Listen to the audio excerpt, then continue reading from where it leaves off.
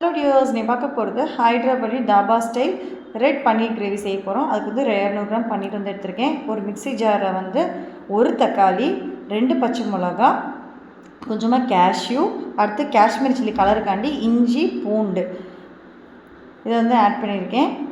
நீங்கள் வந்து தனித்தனியாக வேணால் வந்து பேஸ்ட் மாதிரி இதில் ஆட் பண்ணிக்கிங்க. டொமேட்டோ பேஸ்ட் தனியாக, சில்லி பேஸ்ட் தனியாக, ஜிஞ்சர் கார்லிக் பேஸ்ட் தனியாக, இந்த மாதிரி தனித்தனியாக ஆட் பண்ணிக்கோங்க. நான் இது வந்து மொத்தமாக அரைச்சி இந்த பேஸ்ட் மாதிரி அரைச்சி இதை ஆட் பண்ணிக்கிறேன். அடுத்து ஆனியன் வந்து ஃப்ரை பண்ணி ஆட் பண்ணிக்கணும். அடுத்து கொஞ்சமாக கரம் மசாலா ஆட் பண்ணிக்கிங்க, லைட்டாக மஞ்சத்தூள் ஆட் பண்ணிக்கிங்க, சோயா சாஸ் கொஞ்சமாக ஆட் பண்ணிக்கிங்க, 1 ஸ்பூன் அளவு ஆட் பண்ணிக்கிங்க, தேவையான உப்பு ஆட் பண்ணிக்கிங்க. அடுத்தது 1 டேபிள் ஸ்பூன் அளவு தயிர் வந்து கெட்டி தயிர் வந்து இதில் ஆட் பண்ணிக்கிங்க.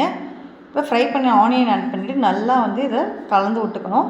உங்களுக்கு வேணால் காரத்து வந்தப்போ சில்லி பவுடர் ஆட் பண்ணிக்கலாம். அடுத்து கொஞ்சமாக டொமேட்டோ சாஸ் வந்து இதில் ஆட் பண்ணிக்கிங்க. ஸ்வீட்னஸ் தகுந்தாப்பில் உங்களுக்கு நிறையா வேணும் இன்னும் கொஞ்சம் ஆட் பண்ணிக்கலாம். இது வந்து நல்லா ஒரு 1 hour இல்லை 2 hours வந்து நல்லா ஊறட்டும்.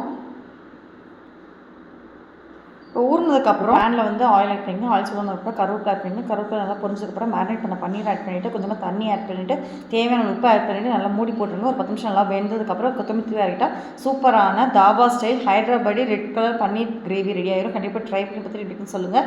இதில் வந்து நீங்கள் பன்னீர் பதிலாக சிக்கன், மஷ்ரூம், ப்ரான் எதுனாலும் போட்டுக்கலாம். நான் வந்து இன்றைக்கி பன்னீர் வச்சு செஞ்சுருக்கேன்.